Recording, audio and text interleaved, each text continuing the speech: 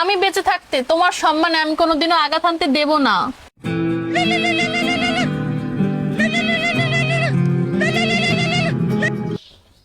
Hello, Ferdous বলছেন?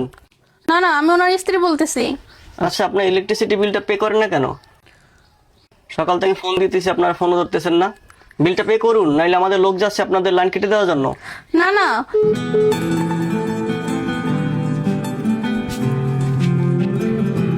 আপনার loan কোনোভাবেই হবে না। আপনার শিডিউল পুরো ডাউন হয়ে গেছে। আপনি আগের লোন পে করুন।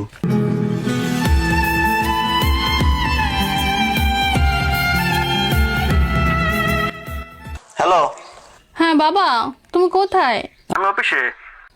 ও, যেই মেয়েকে বিয়ে দিয়ে দিয়েছো অমনি মেয়ে পর হয়ে গেছে না? কেন, কি হয়েছে বল? না মানে, চাচ্ছিলাম একটু ঘুরতে যাব। সবসময় কি তোমার জামাইয়ের কাছে হাত পাততে পারি নাকি? কটা লাগবে তোর বল? তুমি আমাকে 8,000 টাকা দিলেই হবে। আচ্ছা, 10,000 টাকা পাঠিয়ে দিচ্ছি।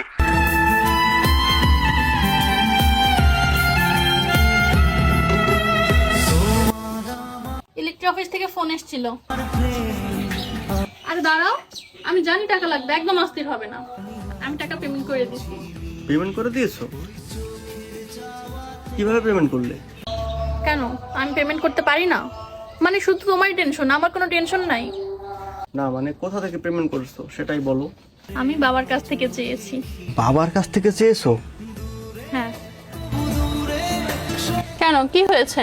আরে, এই একটা জায়গায় তো আমার সম্মান ছিল, শ্বশুর বাড়িতে। আমার যত কষ্ট হোক, আমি কোনোদিন ওখানে কিছু চাইনি, আর তুমি চেয়ে আমার সম্মানটা ধুলে মিশিয়ে দিলে।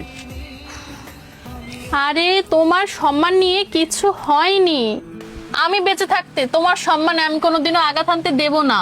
তুমি আমাকে এই চিনলে? আরে, চেনা চিনি নয়, বিয়ের পর একটা মেয়ে বাবার কাছে টাকা চায়, তাও সংসারের জন্য। তোমাকে টেনশন করতে মানা করছি তো। সুখের সময় ভাগ ভাগ আর দুঃখের সময় ভাগ ভাগ নয়। তুমিই তো বলেছিলে সুখে দুঃখে আমরা সবসময় মিলেমিশে থাকবো। স্ত্রীকে কেন অর্ধাঙ্গিনী বলা হয় জানো? কারণ স্বামীর অর্ধেক সে, তাই তাকে অর্ধাঙ্গিনী বলা হয়।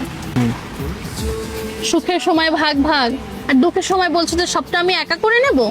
না হে জাদু, আমি যতদিন বেঁচে আছি তুমি তোমার সব কষ্ট আমাকে বলবে, তাহলে দেখবে তুমি নিজেও একটু হালকা হও, আমিও একটু হালকা হব। আমি যথারীতি চেষ্টা করব তোমাকে সাহায্য করার। ওকে?